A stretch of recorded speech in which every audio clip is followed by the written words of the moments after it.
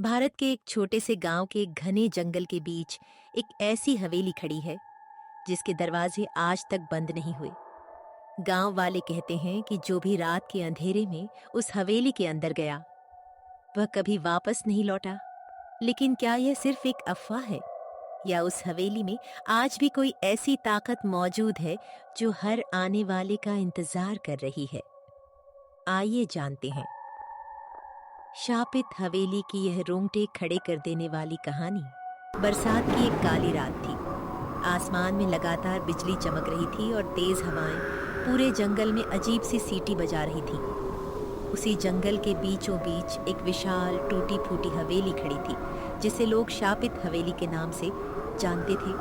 कहा जाता था कि कई साल पहले इस हवेली में एक अमीर जमींदार अपने परिवार के साथ रहता था।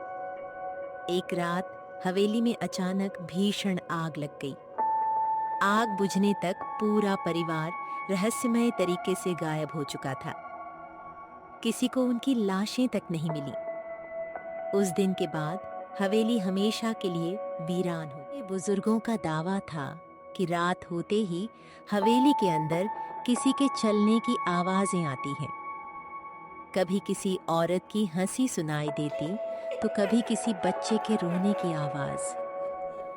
जो भी इन आवाजों का पीछा करता वह दोबारा कभी गांव नहीं लौटता। सालों तक किसी ने उस हवेली के पास जाने की हिम्मत नहीं की। धीरे धीरे जंगल ने हवेली को पूरी तरह अपने कब्जे में ले लिया। दीवारों पर मोटी बेलें उग आईं, खिड़कियां टूट गईं और हर कमरा धूल और मकड़ी के जालों से भर गया। लेकिन एक दिन सब कुछ बदल गया। गांव में रहने वाले दो युवकों ने इस हवेली का सच जानने का फैसला किया। उन्हें विश्वास था कि भूत प्रेत जैसी कोई चीज नहीं होती और हवेली के पीछे कोई साधारण रहस्य छिपा है। सूरज ढलते ही वे दोनों जंगल की ओर निकल पड़े। जैसे जैसे वे हवेली के करीब पहुंचते गए, जंगल का माहौल बदलने लगा। पेड़ों पर बैठे सभी पक्षी अचानक उड़ गए। हवा पहले से कहीं ज्यादा ठंडी हो गई। ऐसा लग रहा था जैसे पूरा जंगल उन्हें वापस लौट जाने की चेतावनी दे रहा हो।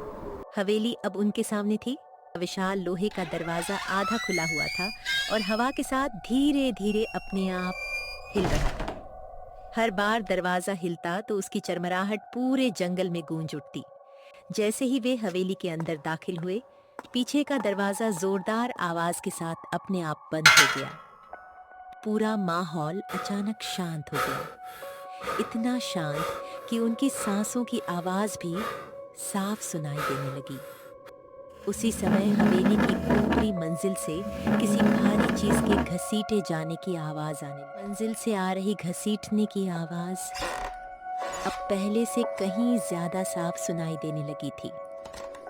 ऐसा लग रहा था जैसे कोई भारी चीज लकड़ी के पुराने फर्श पर धीरे धीरे घसीटी जा रही हो।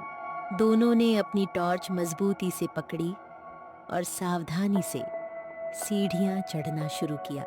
हर कदम के साथ पुरानी सीढ़ियां झरमराने लगीं। पूरी हवेली में वही आवाज गूंज रही थी।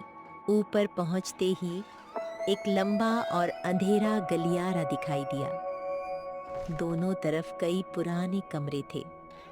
सभी दरवाजे आधे खुले हुए थे और हवा के साथ धीरे धीरे हिल रहे थे। दीवारों पर लगी पुरानी तस्वीरें धूल से ढकी हुई थीं।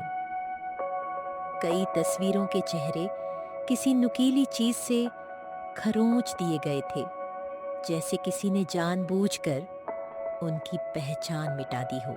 अचानक गलियारे के आखिरी सिरे पर एक सफेद परछाई कुछ सेकंड के लिए दिखाई दी और अगले ही पल अंधेरे में गायब हो गई। दोनों ने टॉर्च की रोशनी उस दिशा में डाली, लेकिन वहां अब सिर्फ खाली गलियारा था। हवा अचानक और ठंडी हो गई। ऐसा महसूस होने लगा जैसे किसी की बर्फ जैसी ठंडी सांस बिल्कुल पास से गुजरी हो। धीरे धीरे चलते हुए वे गलियारे के आखिरी कमरे तक पहुंचे। दरवाजा पूरी तरह बंद था। जैसे ही उसे हल्का सा धक्का दिया गया, वह अपने आप चरमराते हुए खुल गया। कमरे के अंदर वर्षों से जमी धूल थी, टूटा हुआ फर्नीचर, बिखरी हुई किताबें और बीच में रखा एक पुराना लकड़ी का झूला अपने आप धीरे धीरे हिल रहा था। कमरे में हवा बिल्कुल नहीं थी, फिर भी झूला लगातार हिल रहा था। अचानक टॉर्च की रोशनी सामने लगी एक बड़ी तस्वीर पर पड़ी। तस्वीर में वही हवेली थी, लेकिन नई और चमचमाती हुई। उसके सामने एक पूरा परिवार मुस्कुरा रहा था। जैसे जैसे रोशनी तस्वीर पर टिकती गई, तस्वीर में खड़े लोगों के चेहरे धीरे धीरे धुंधले होने लगे। कुछ ही सेकंड में सभी चेहरे पूरी तरह गायब हो गए। अब तस्वीर में सिर्फ एक काली परछाई खड़ी थी।